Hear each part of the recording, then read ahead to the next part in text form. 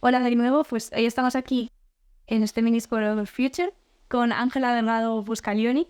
Ángela es especialista en paleontología y es profesora de biología en la Universidad Autónoma de Madrid. Ha estudiado toda la teoría evolutiva detrás de los fósiles de vertebrados y ha hecho contribuciones a morfología teórica y otros campos diversos alrededor de la paleontología. También tiene otros intereses, como por ejemplo el arte, que luego nos contará un poco sobre ello. Pero bueno, más que presentarte yo, preséntate tú y cuéntanos un poquillo. Sí, bueno, efectivamente soy paleontóloga y sí, también tengo alma de poeta, también, cierto, y me encanta dibujar, pero yo creo que dibujar y paleontología es algo que está íntimamente relacionado, porque a fin de cuentas uno llega a la forma a través, o interpreta, ¿no?, los fósiles a través de la forma, y la forma tiene un vínculo muy cercano con lo que es el arte, ¿no? Entonces yo creo que los paleontólogos sí que tenemos ese componente, ¿no?, de plástico, de percibir a los seres vivos no solo como entes funcionales, sino también con respecto a su organización, cómo esa organización ha cambiado, cómo está ordenada, y la historia sobre todo, ¿no?, de los seres vivos, y en ese ámbito es donde nos movemos, ¿no? Y yo creo que eso es algo que a mí me ha apasionado siempre. Cuéntanos un poco en qué consiste tu investigación. Pues mi investigación está muy vinculada a lo que es el trabajo de campo en un yacimiento muy importante en España, que es el yacimiento de Las Ollas. Durante mucho tiempo, claro, previo a ese yacimiento, pues hemos trabajado en muchos sitios de la península, en Soria, en Cataluña, en Segovia, descubriendo fósiles, y bueno, Teruel, por favor, un sitio muy importante para los fósiles, y ese trabajo era trabajo de campo, levantar los restos y reconstruirlos, ponerles un contexto evolutivo y ponerles también en un contexto mucho más amplio, que sería ver qué es lo que sucede en esa época en otros lugares del planeta, ¿no? Y hasta llegar a este punto en el que utilizas la paleontología para explicar todos estos ecosistemas y cómo era nuestro entorno hace muchos miles de años, hasta llegar a este punto, ¿cómo ha sido tu historia? ¿Desde pequeña tenías claro que querías dedicarte a la biología? Bueno, yo tenía una pasión que era el sistema nervioso, la verdad. Me hubiese gustado mucho estudiar neurología y la neurociencia, ¿no? Pero de pequeña era una fanática y una perseguidora de las personas, ¿no?, que se dedicaban a mostrar arqueología, ¿no?, a mostrar museos o yacimientos arqueológicos, y entonces les perseguía con preguntas o iba muy atenta a lo que me contaban. Es decir, que de algún modo el componente histórico de las cosas siempre me ha atraído mucho. Entonces no ha sido difícil dar el salto desde la biología a comprender la evolución, ¿no?, y a comprender cómo se relacionan entre sí los seres vivos, porque en definitiva es un poco lo que significa, ¿no?, y cómo están ordenados en el tiempo, ¿no? Y eso es lo que al final ha acabado conformando mi carácter, yo creo. Sí. Y nos has dicho que de pequeña te fijabas mucho en esas personas en los museos, gente interesada en la historia. ¿Hay algún referente que hayas tenido femenino o masculino, histórico, o que hayas podido conocer?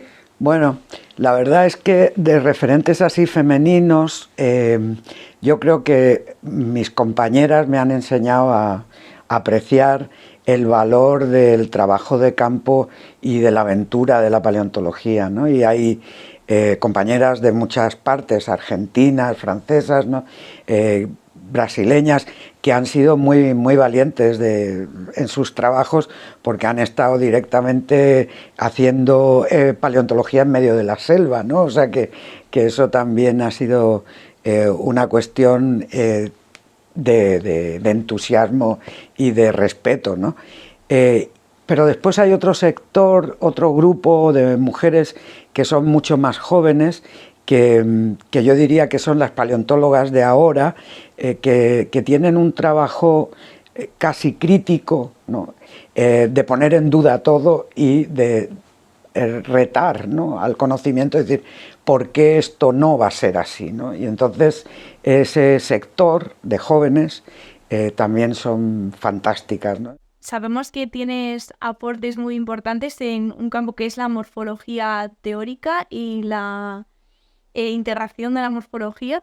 ¿Puedes explicarnos un poco en qué consiste? Bueno, se trata de ver qué patrones, qué reglas encontramos en los procesos evolutivos, ¿no? Y entonces esas reglas las podemos ver de un modo empírico, o sea, usando unas muestras muy grandes para abordar la problemática que puede ser la evolución del cráneo, la evolución de las extremidades, la evolución del pico, cómo se conforma la bóveda en un pájaro y en un mamífero, pero también podemos hacer, digamos, como una contrapartida teórica planteando cuestiones que tienen que ver con la distribución o que tienen que ver con el diseño de estas partes, ¿no? Y entonces introducir teoría de grafos o introducir otro tipo de propuestas, ¿no? Que sean propuestas que te permitan contrastar la realidad contra la teoría, ¿no? Y eso es un campo muy bonito, porque cuando uno descubre lo posible y lo imposible dentro de la evolución, pues es algo casi poético, ¿no? O muy lírico, ¿no? Y en esta línea, ¿cómo ves el futuro de la paleontología? Porque con nuevas tecnologías, ahora toda la inteligencia artificial que está entrando en todos los sectores, ¿cuáles crees que van a ser los siguientes pasos que van a llevar a cabo los próximos paleontólogos? Bueno, yo no quiero... obviamente la tecnología es fundamental, ¿no? Porque todo lo que es el avance de la paleontología digital, que está reconstruyendo fósiles que a simple vista no tenían ningún valor, pues eso es algo que va a seguir y va a tener cada vez un mayor impacto, porque no solo en esas reconstrucciones que se pueden hacer te permiten ver lo que hay, sino también aplicar modos de deshacer las deformaciones que han sufrido esos restos, por ejemplo. Entonces hay muchas innovaciones en esa dirección. Pero a mí me gusta la ciencia de mesa y papel, ¿no? Porque ahí es donde uno realmente especula y propone novedades y caminos, ¿no? Que la mesa del papel también tiene un sentido de infinito, ¿no? Y ancha, ¿no? ¿Qué es lo que está pasando, ¿no? Vamos a imaginar que esto puede ser, ¿no? Y en ese sentido, ¿cómo es el día a día de una paleontóloga? Supongo que será muy diferente el hacer trabajo de campo, el hacer trabajo de análisis. Muy diferente, sí, sí. El trabajo de campo es lo que yo llamo la profesión, ¿no? La profesión es una cosa que en los paleontólogos es muy vocacional, y la naturaleza pues te da así como un espíritu rebelde, ¿no? Pues estás ahí en medio de la nada, ¿no? Y no hay nadie que te vigile ni nadie que te diga qué normas tienes, sino simplemente las que tú te impongas, y además estás en medio de una época que solo está en tu cabeza, ¿no? Que es un momento de la historia del planeta, y en un espacio que tú también te imaginas. Entonces, digamos que como profesión bueno, creo que los paleontólogos somos muy frikis, ¿no? Lo da la profesión, no puede ser de otra manera.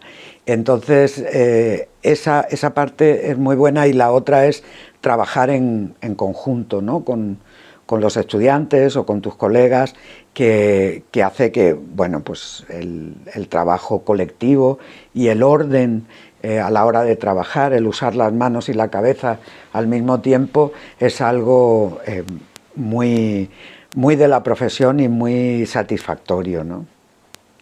yo creo que frikis al final somos un poco en todos los campos. En ciencia, cuando de verdad te gusta lo que haces, al final estás interesado por cualquier cosa que tenga una pequeña relación.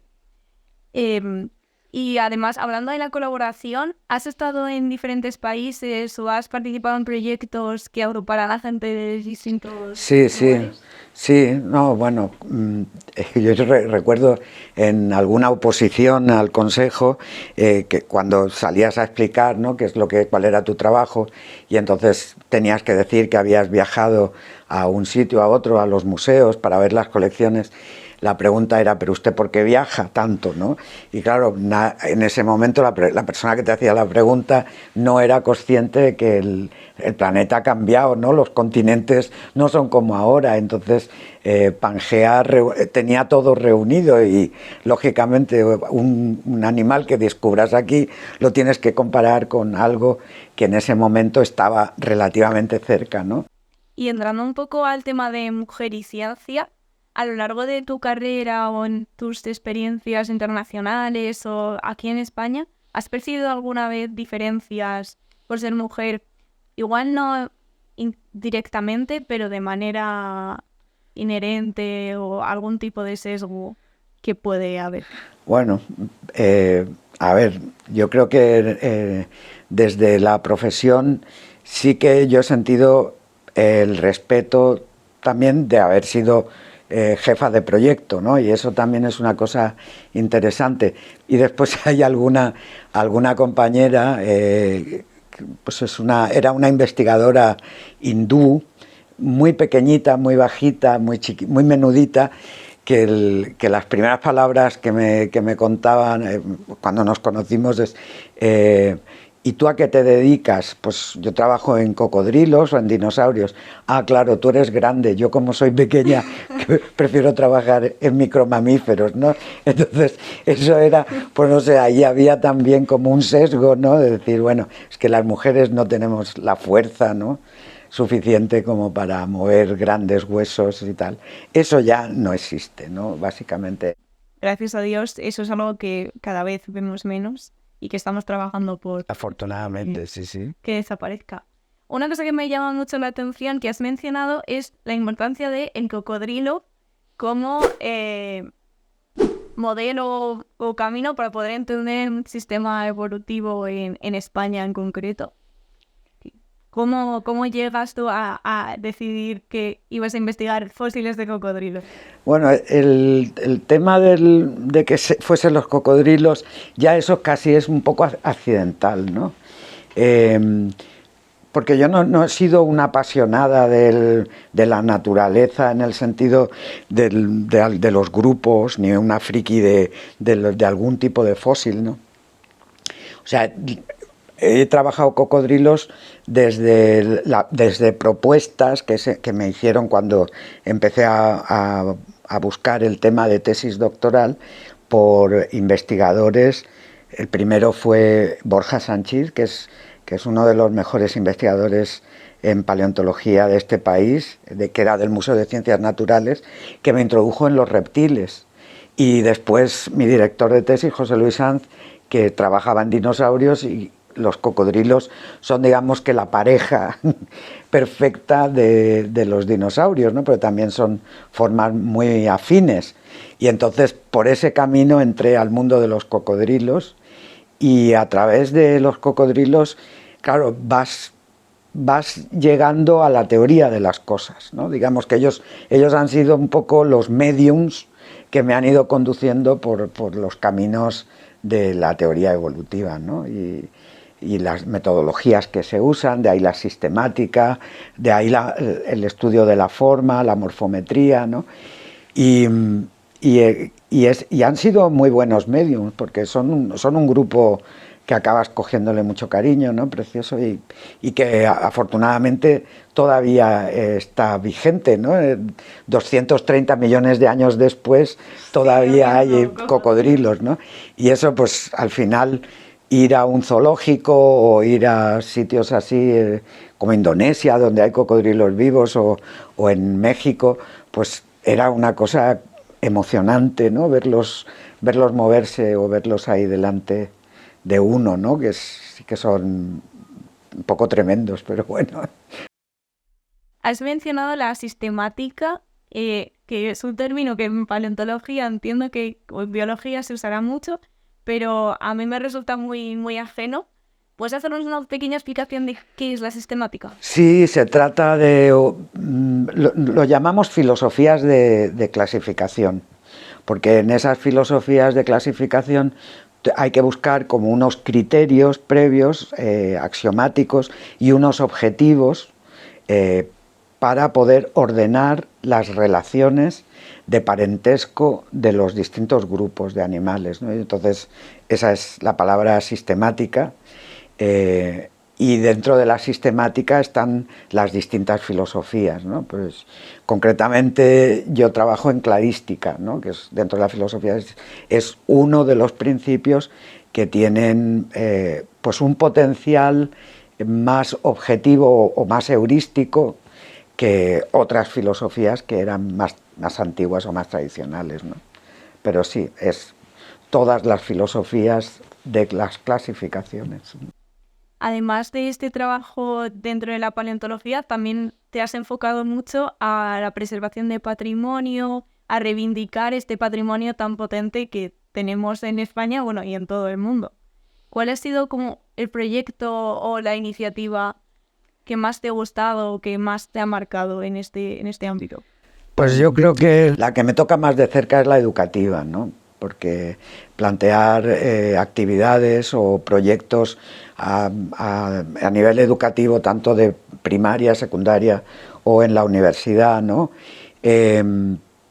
Porque después sí, todo lo que tiene que ver con el desarrollo en museos y lo que tiene que ver también con lo que es el contacto con los medios de comunicación para explicar la valoración, ¿no? De los patrimonios, sobre todo de los patrimonios paleontológicos en los que nosotros trabajamos, pues sí es algo que se va aprendiendo, ¿no?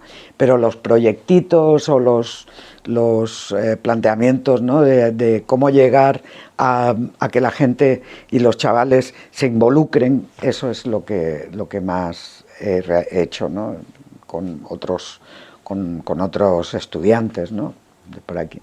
Y también como tema transversal, tu vertiente artística y poética, ¿cómo has conseguido encajarla con esta profesión? Bueno, a veces los académicos que tenemos de ciencias, ¿no? Que tenemos esos espíritus por ahí sueltos, a veces lo tenemos que decir casi en secreto, ya no, afortunadamente ya no, pero sí, bueno, junto con mi hermano, que es físico, trabajamos durante una temporada en lo que es un proyecto de arte y ciencia, y él componiendo música y yo trabajando en cosas de imagen con otras colegas, pues hicimos algún montaje divertido, ¿no? La génesis de la forma era uno de los montajes que hicimos que eso estuvo premiado, ¿no? Por ese lado muy bien, porque claro, tú puedes jugar con la forma desde las geometrías. Desde las geometrías puedes saltar al arte, a la plástica, ¿no? Y de la plástica pues ya ahí ya puedes tener un campo infinito, ¿no? Y después la poesía, ¿no? La poesía, que también ha sido algo que me ha ido acompañando todo el tiempo y que ha estado muy cerca de lo que es una visión de la naturaleza, pues casi romántica, ¿no? Pero del romanticismo de la naturaleza, lo puede todo, ¿no? Esa ha sido un poco mi parte poética, ¿no? Y yendo también a algo un poco más personal, ¿has sentido alguna vez síndrome del impostor o te has sentido inferior o no sé si ninguneada o sigue estar por debajo de otras personas que tenías a tu alrededor? Porque entiendo que has sido incluso jefe de proyecto, es un puesto de mucha responsabilidad, pero alguna vez te entra ese síndrome interna. Bueno, no sé si ha sido síndrome de impostor o es que yo era tímida también en algunos momentos, ¿no? Pero sí, ninguneada en el sentido de que no han contado conmigo todas las veces que a mí me hubiese gustado que las cosas se hubiesen resuelto de un modo transversal, de un modo abierto, colaborando con todos a la vez, ¿no? Pero no especialmente, no tengo así recuerdos negativos o cosas concretas, ¿no? En general siempre tiendo a pensar que hay un cierto aprecio, ¿no? Y entonces en ese aprecio me siento cómoda y feliz. Sí, también en la ciencia al final siempre se busca la colaboración y yo creo que cada vez más se mezclan distintas disciplinas y se intentan incorporar y llegar por diferentes caminos a conclusiones. Yo creo que poco a poco sí que se empieza a valorar mucho más todos los puntos de vista para afrontar Sí, sí, en ese sentido la ciencia ha dejado de tener un ego especialmente grande y un protagonismo o un individualismo que curiosamente es un poco también viene impuesto, ¿no? Porque los medios de comunicación, sobre todo quizá por moda sajona, siempre preguntan en primera persona, ¿no? Cuando la ciencia cada vez más es un trabajo colectivo, ¿no? Nosotros y el equipo, 100%.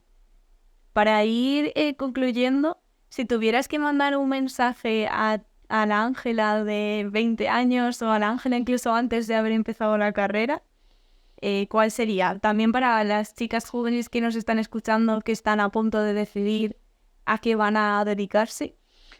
Bueno, yo creo que hay que entregarse, ¿no?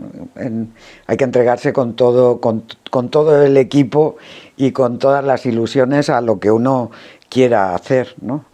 Y esa entrega es muy importante porque la entrega significa no tener desconfianza, no solo desconfianza de uno, sino desconfianza de los demás.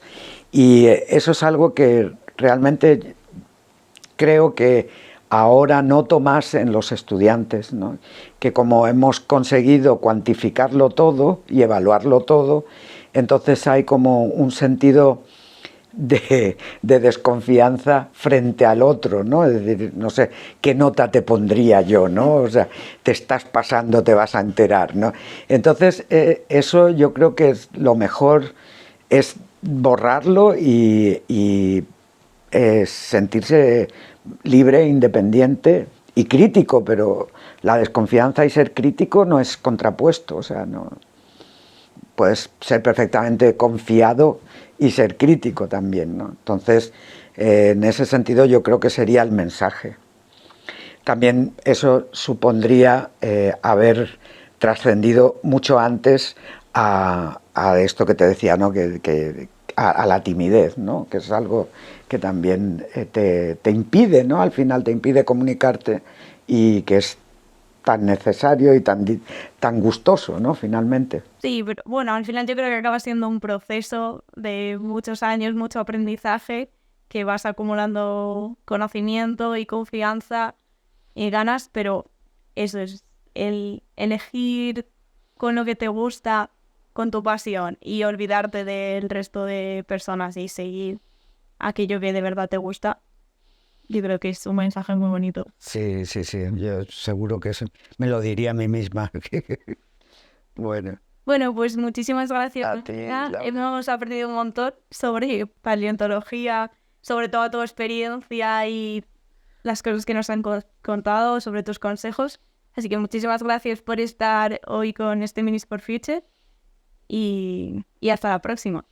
Pues nada, hasta la próxima. Gracias a ti y a ti.